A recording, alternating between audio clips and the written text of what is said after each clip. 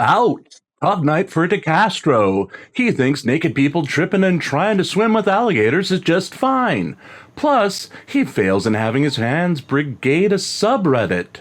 A subreddit!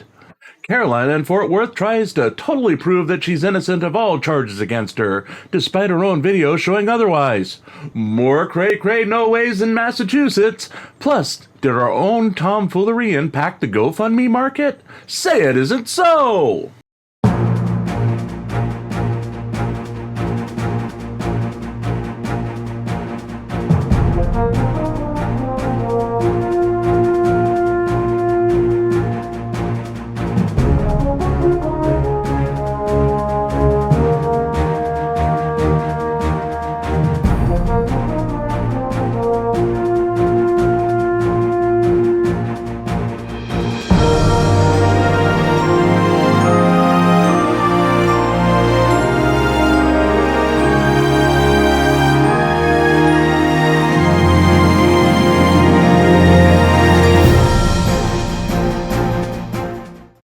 Good afternoon and welcome to another edition of the Auditing Insanity Newscast brought to you by ReallyCoolNews. I'm Jim Finch and I'll be your host for three big news stories on Chille DeCastro, Carolina and Fort Worth, the craziness in Massachusetts, plus a look at the GoFundMe market.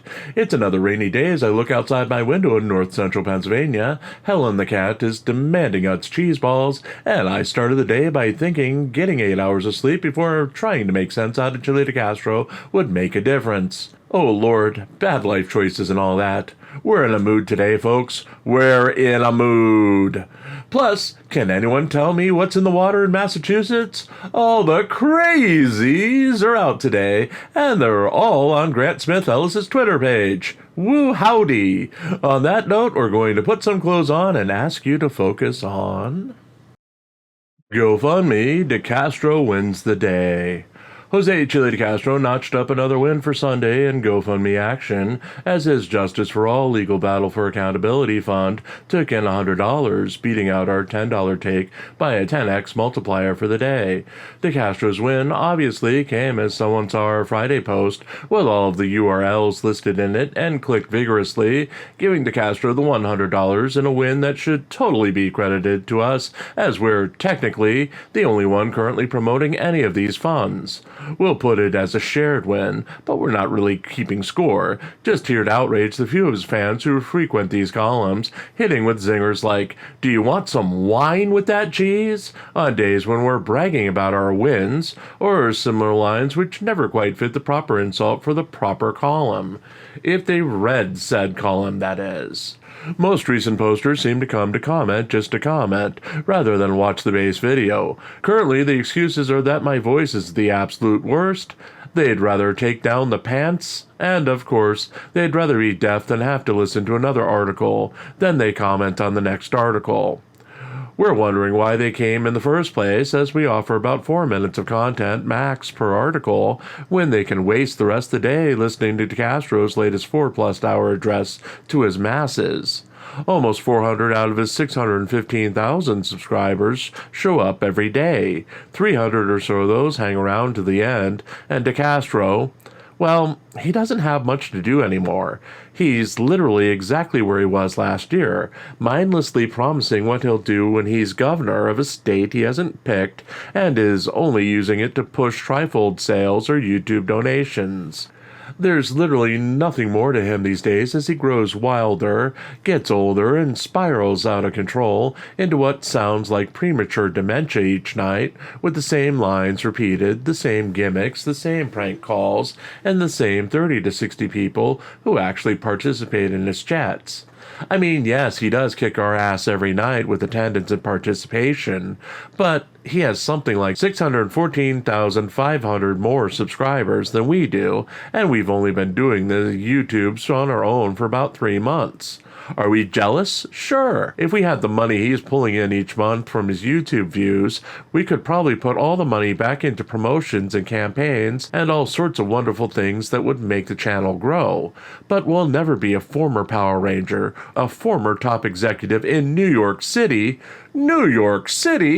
or a governor of a state to be named later. We'll babble, we'll fuss, we'll complain, and we'll beg. but will never be Governor Chille DeCastro. And that's something we'll never bitch about. On that note, if you like to invest in our future, order at Arby's, cause we're fat and hungry and a Jamocha shake would probably kill us and violate our vow. Or to force me to keep writing this column each day, we do have a GoFundMe of our own. All proceeds go to keeping the lights on, eating, writing new stories to feature here, and on ReallyCoolSite.org. Carolina in Fort Worth claims innocence of all charges. Former YouTube darling Carolina in Fort Worth released a new video to her channel explaining why she is definitely not guilty of all the charges she's facing from the incident with the police officer in Fort Worth earlier in the summer that left her hospitalized. Carolina is now facing 3 charges from the incident, including resisting arrest, interference with public duties, and false reporting.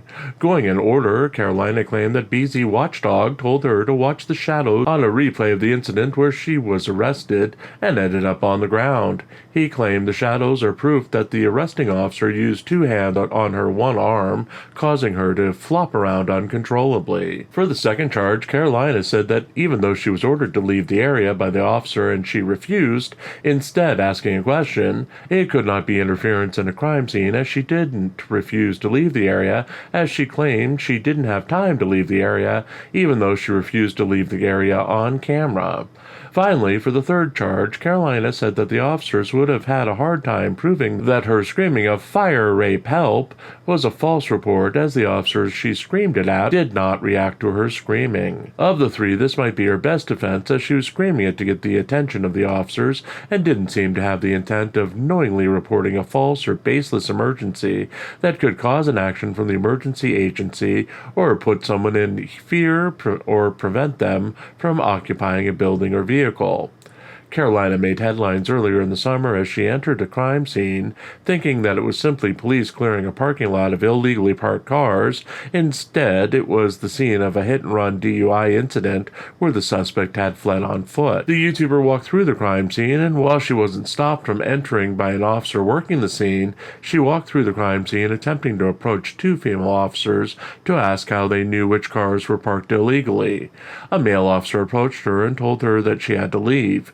When she refused to leave, he went to put her into custody. A struggle ensued, and Carolina ended up face down on the concrete and unconscious and bleeding. Both camera angles seemed to indicate it was a combination of Carolina struggling and the officer attempting to regain control of her that sent her into the ground. There's no clear footage exonerating the officer or backing Carolina's story. Carolina announced that she would write speeches to give to anyone who wanted to come to the next Fort Worth City Council meeting and speak on her behalf. She has yet to file a civil lawsuit against the city of Fort Worth's police department.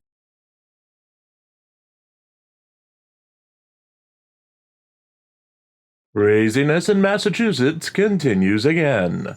Sunday saw a crazy end of the weekend of surprise statements from the ongoing conflict between Kate Peter, Grant Smith Ellis, and Turtleboy Aidan Kearney, as all 3 released statements to end the weekend. Starting with Ellis, who wrote on Twitter, "Well, here's an update I didn't expect to report. Kate Peter, aka Mafia Masshole, has apparently bragged about violating an active HPO by sending multiple junk removal companies to Aidan Turtleboy Kearney's new home in front of numerous people and was proud of doing so. Peter already faces a bail revocation hearing this month related to violating that order on another occasion." Kate Peter addressed conspiracies in her statement, writing, "You people want to will some sort of grand conspiracy into existence, but it's not going to happen. It's not real. No one framed either Aidan or Karen for anything. Aidan Kearney and Karen Reed both are cards who committed crimes and thoroughly memorized said crimes while also talking about them, with 45 different versions of the truth, in text with multiple people recording, screenshotting, and babbling every step of the way. Everyone can dig all the way to fucking China. You're never going to find any evidence of any crazy setups except for the ones Aidan and Karen have attempted to orchestrate, both cooperatively and independently." Finally, Turtleboy Kearney retweeted his lawyer, Mark Bedrow's Twitter post. "Lately, I've seen a barrage of sensational posts and legal experts by self-styled journalists a retired law enforcement officer, and avowed enemies and haters of Dr. Turtleboy regarding his alleged misdeeds and activities. These recent posts include claims of ongoing investigation into alleged sexual abuse and ongoing investigation into conspiracy to intimidate witnesses in another criminal case, and a tired and repeated claim of a relationship with law enforcement. The people posting are not in a position to have credible information or properly vet what they claim to be true. These claims are false, misleading, and without any credible basis to be reported as fact. To the extent anyone considers this journalism, it is lazy, biased, and irresponsible. These claims are being created out of whole cloth, in certain cases towel, and or by exploiting cherry-picked information from unreliable sources who are either non-existent or supply cherry-picked information, which is purposely used to disseminate information out of context. Much of the reported facts are demonstratively false and easily disproven in the proper forum, which is not people hiding behind keyboards on Twitter who constantly yell at each other. Put simply, disseminating allegations per sources while attaching cherry-picked analysts and documentation is not journalism. It is activism by people with an agenda of seeking attention, validation from others, and or those seeking to settle a score. Those posts should be treated by serious people in the context. Unreliable and not credible information being provided by biased people with well-known motive to seriously damage another person's credibility. Wait for credible information from credible people who base their information on credible sources of information. Certainly more will be revealed in source public court filings and public proceedings in court, which remains the best source for any information about a criminal case. All three have been fairly quiet on Monday, with no signs of new flare-ups in the ongoing conflicts between the trio. We'll continue to monitor the situation and report if the silence is broken.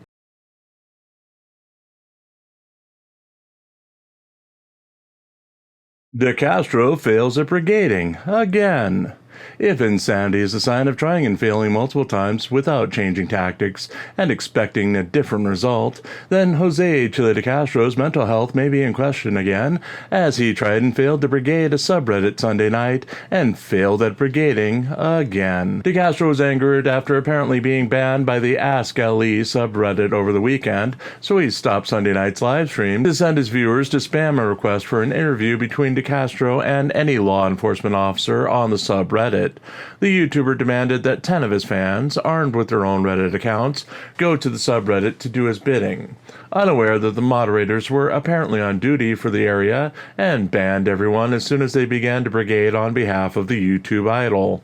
Much like every other attempt to spam in the past, DeCastro's efforts fell short as all traces of the brigading was gone from the server within minutes of DeCastro's attempt, with his users complaining during his live stream that their posts were being removed and they were being banned en masse. He then, as usual, gave up immediately and turned his attention to something else. After dropping the news that he now has a cat and he loves kitties, he switched to prank calling multiple 911 dispatchers with his new southern ignorant Chille DeCastro character. He complained about whatever anti-police videos that caught his limited attention span for a few minutes. DeCastro did drop the news that his only product that makes any money is his trifold, and that he would rather give away the cop cards than having them pile up in his storage shelves.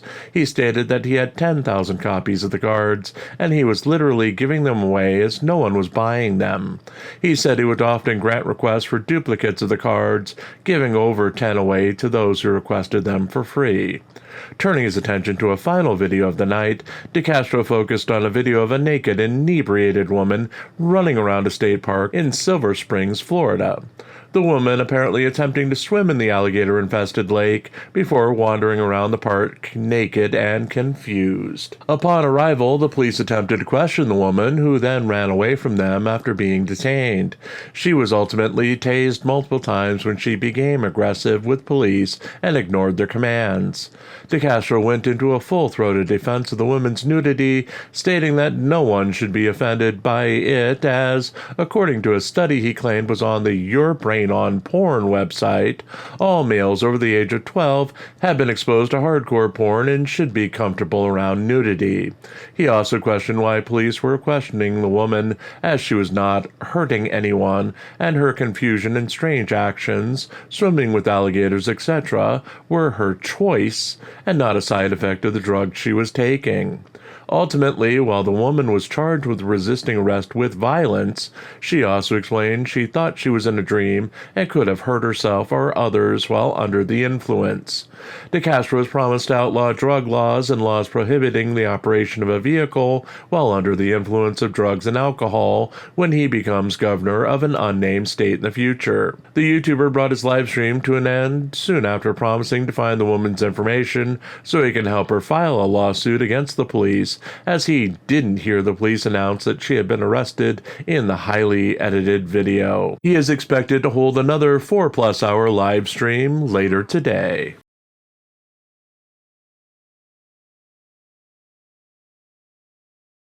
So it was another fun show as we see Chille DeCastro hates human life more than he hates police. Plus, why did he want that girl's number? To help her file a lawsuit? He wanted to court her for 3 months, find out if she had any money, then get turned down because he's 5'3" and would have needed an apple cart to stand on to look her in the eye. No, not Chille, he's 5'5" and stinking rich. Honest, he said so, y'all. Height aside, what the hell, people? We knew what Grant is smoking, but Turtle Boy? What's his problem? Calling out others for not being journalisms? It's like he suddenly cares about his award-winning journalist award that he says he got, or sure, and it's not just a pickup line when he's trying to get deep discounts at Aldi's. On that note, though we're very much taken, if you want to give us deep discounts at the supermarket, we're open for anything. We have written permission, and pants to stand in for us for anything below the waist, because pants! Have a wonderful evening, and remember, the life you save can be your own, or some naked lady in Florida, because Chille would rather see her eaten by alligators than among the living. Good night, everybody.